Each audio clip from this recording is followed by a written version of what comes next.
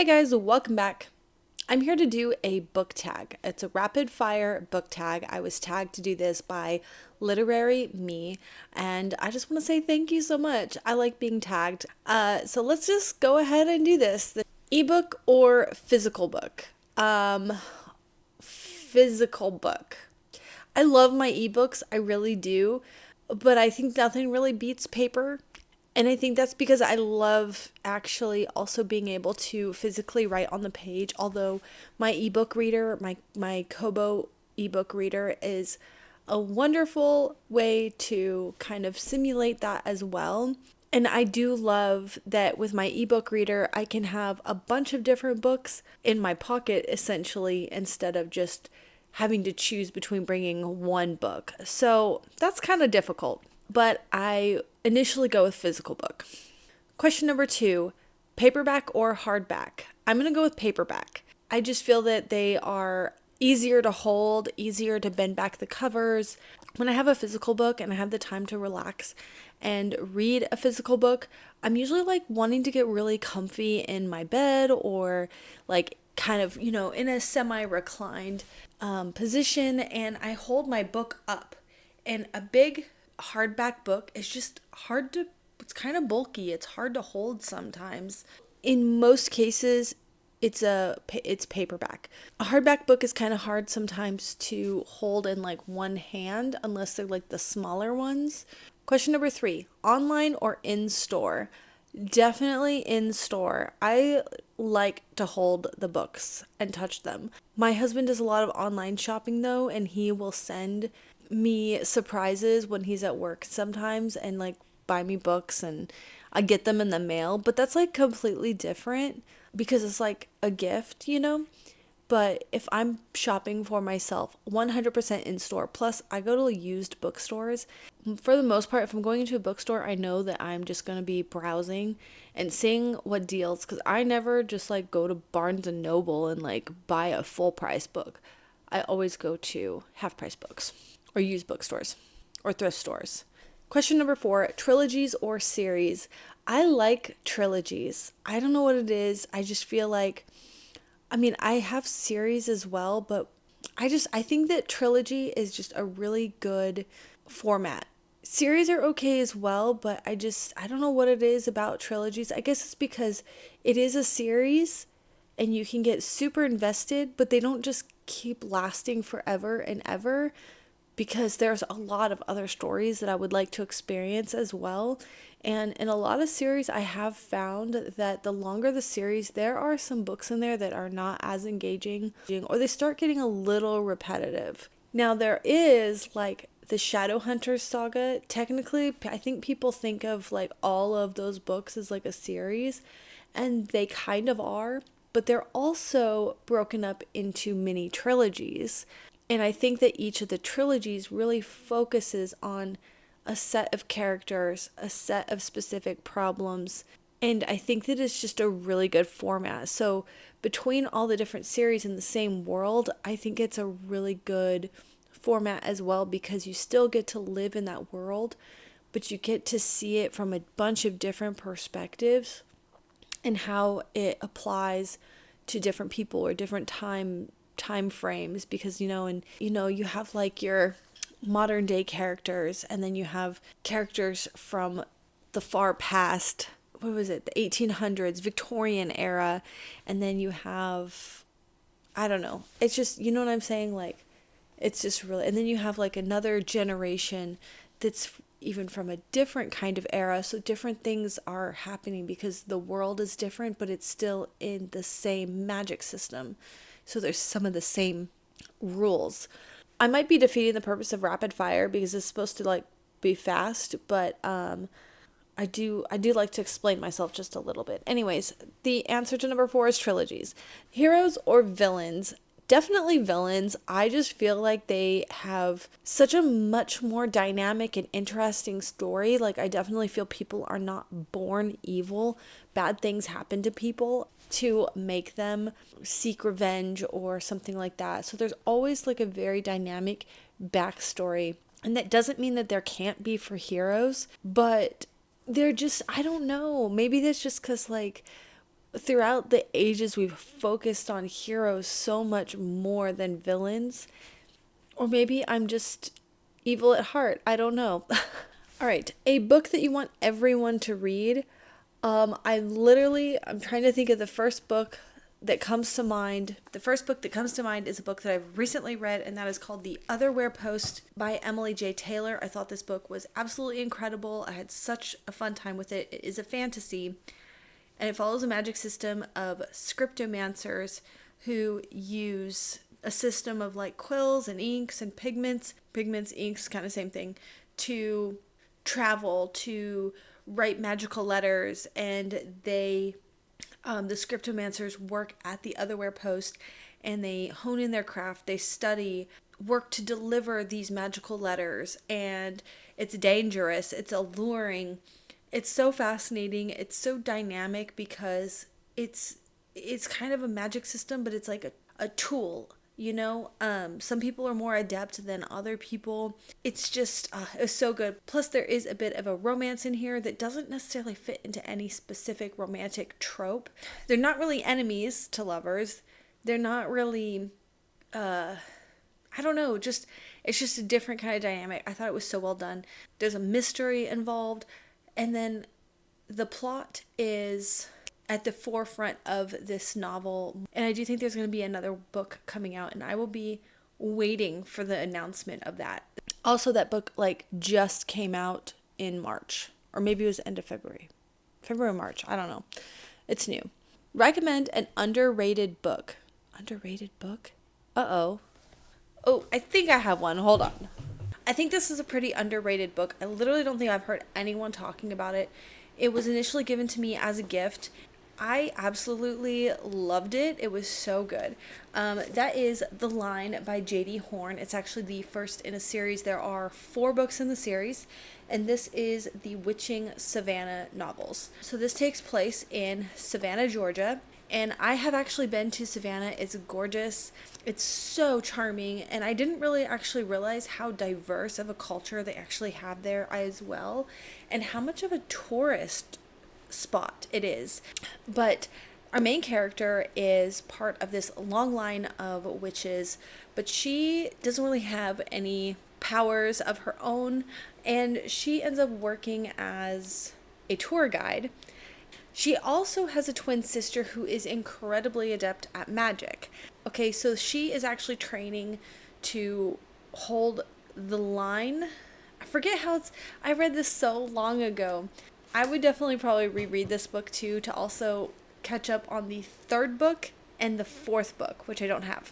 But I read the 1st and 2nd. I don't recall the 2nd very clearly. But there is a voodoo queen named Gilo. She gets involved in all of this. You have this very messed up family dynamic.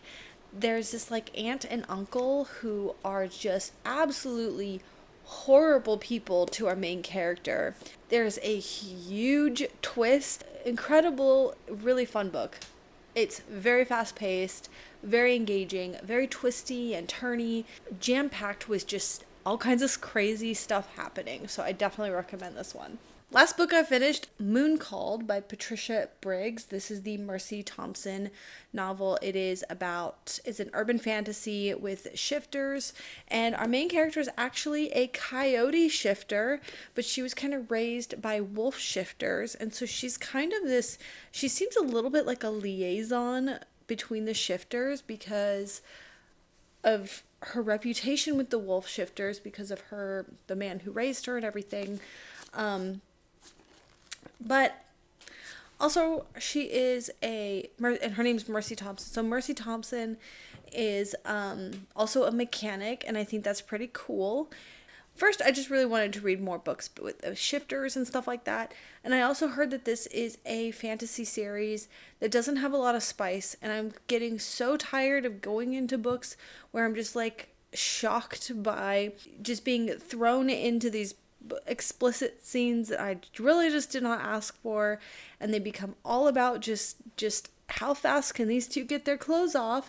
I'm so over it. And I heard that this series actually doesn't have a lot of spicy scenes. So I do think that the first book was a little bit on the slower side, but I do think I want to continue on with the series because I just think that you will get more attached to the characters as the story builds, because there is a long running series. There is like a mystery you're supposed. There is also a mysterious young character who was looking for work and she gave him a job, and all of a sudden he disappears, but I think he's going to come back. The last book you bought, I actually recently went and got a bunch of books. Hold on. All right, I don't want to do a full book haul. I recently got a bunch of books I found at a thrift store the other day, but I found two that I'm actually really excited about. But here are, I guess, two of them off the top of the pile, and one of them is Half a Soul by Olivia Atwater. This is quite popular on booktube, so it's been on my radar. I thought this was her vampire one, but I guess it's not. This is kind of a Regency era story. Somebody really liked it. They've tabbed it all up. I went ahead. I'm kind of interested to see as I read, like, what were they kind of bookmarking. This is how a lot of books I finish look when I'm done reading them, with the tabs just kind of tucked in.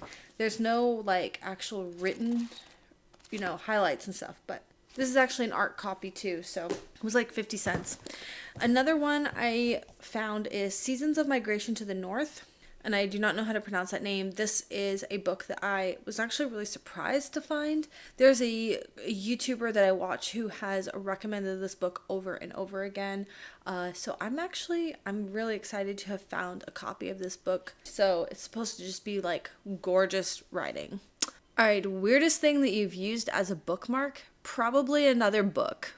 One person, I think it was actually the person who tagged me, actually said a cookie, which I thought was so cute and funny.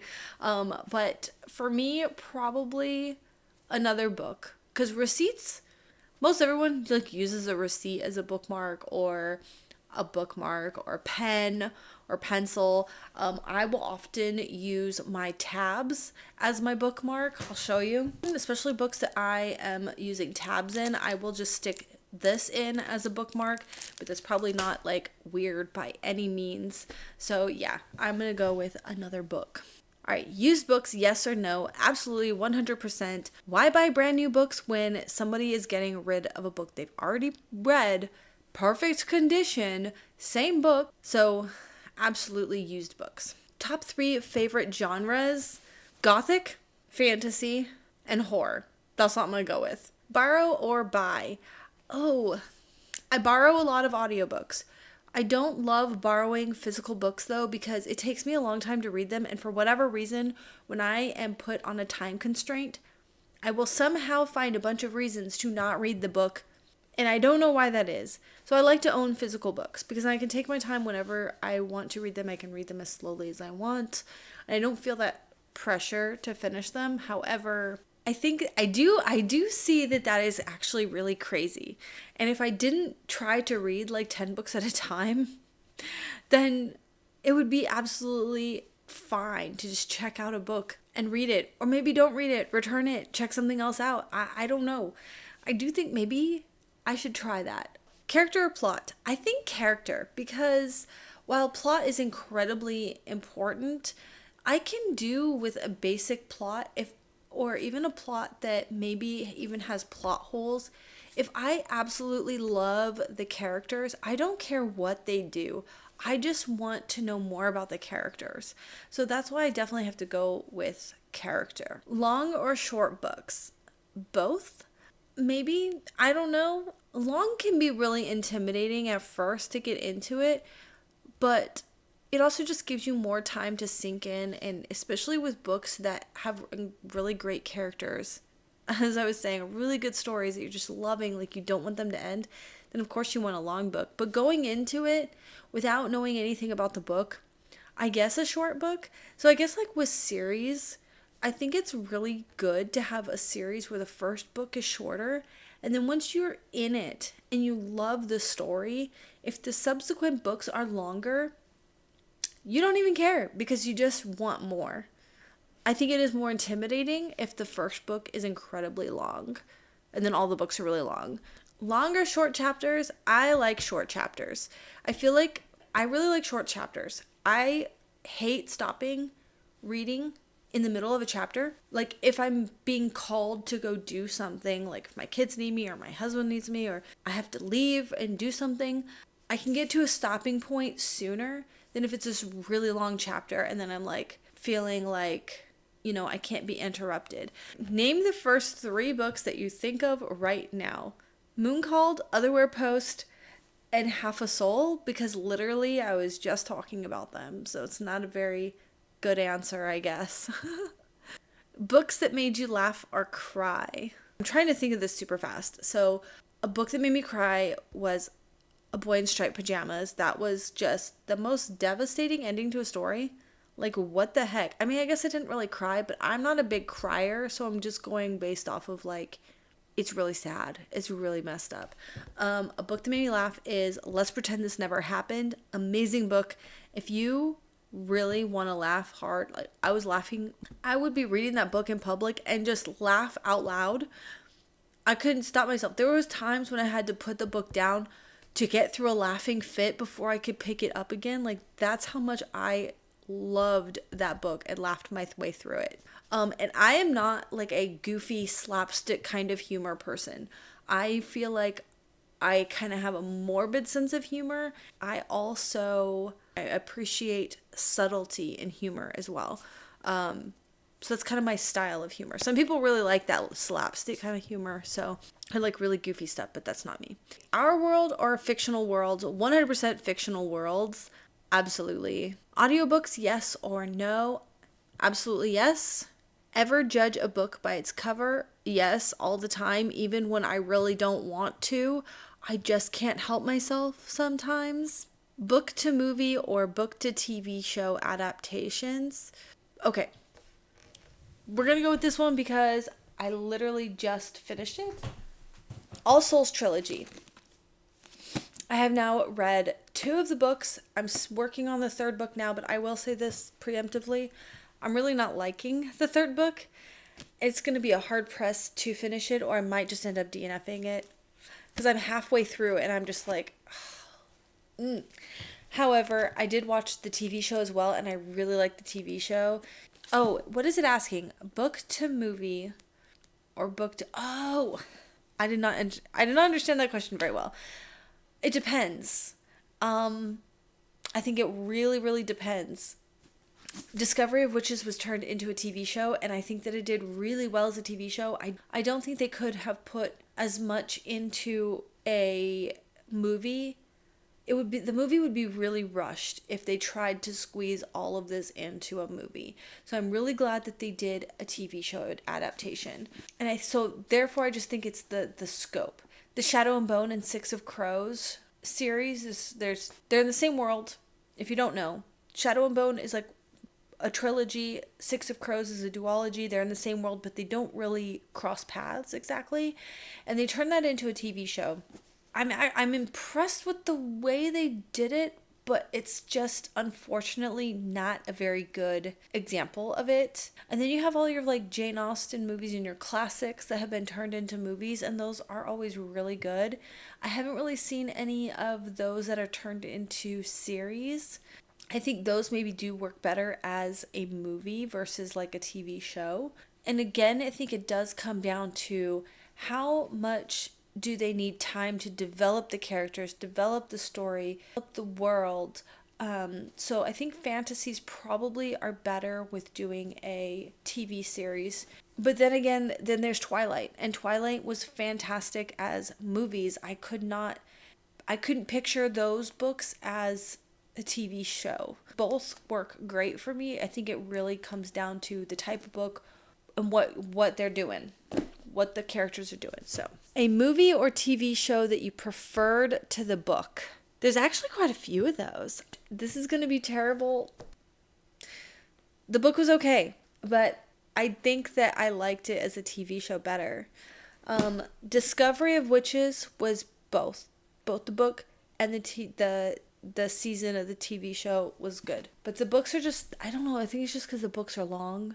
They're kind of slow. You know what else it is? The main male character has a nickname for his wife, and it's so cringy every time. I don't know what it is. I hate it. I hate that he calls her that. And then there's other little things like how he calls like his sires his children, and not so much like his children. Then you have Diana, and so she marries the guy, and now she's saying my son and everything. And it's just, I don't know. It's that kind of thing that makes the book annoying. They kind of pass through some of that stuff when it comes to the TV show. So there's that one. This is actually a topic that I would love to create more videos around, so I can't really think of any more off the top of my head. Series or standalones? It depends. I think that fantasy, I think standalones actually. Some of the series, I love the series, but some of them have their ups and downs as the series carries on. Even some of my absolute favorite stories, the Divergent series. I absolutely love Divergent series. I love it as a whole. I know so some of the last book is not excellent. Throne of Glass had some really strong books, and then there were some books that just were really, really long or just didn't really wow me. 7-book series, and there's one book that I only liked the second half of it, another book that I just really did not enjoy the whole book of it. So I do think that there is something really great about a standalone that can just put everything in one thing and you don't have to wait for the next book as well. The Otherwhere Post, I love that book, and I am going to be anxiously waiting until they publish the next one. And what if it doesn't come out? I'm going to be so devastated. And the last question and the last task is to tag some people to do this video. And if you are watching this and you want to do this video, consider yourself tagged, but do let me know if you do this because I would like to see your answers. Thank you so much for watching, and we'll see you soon. Bye.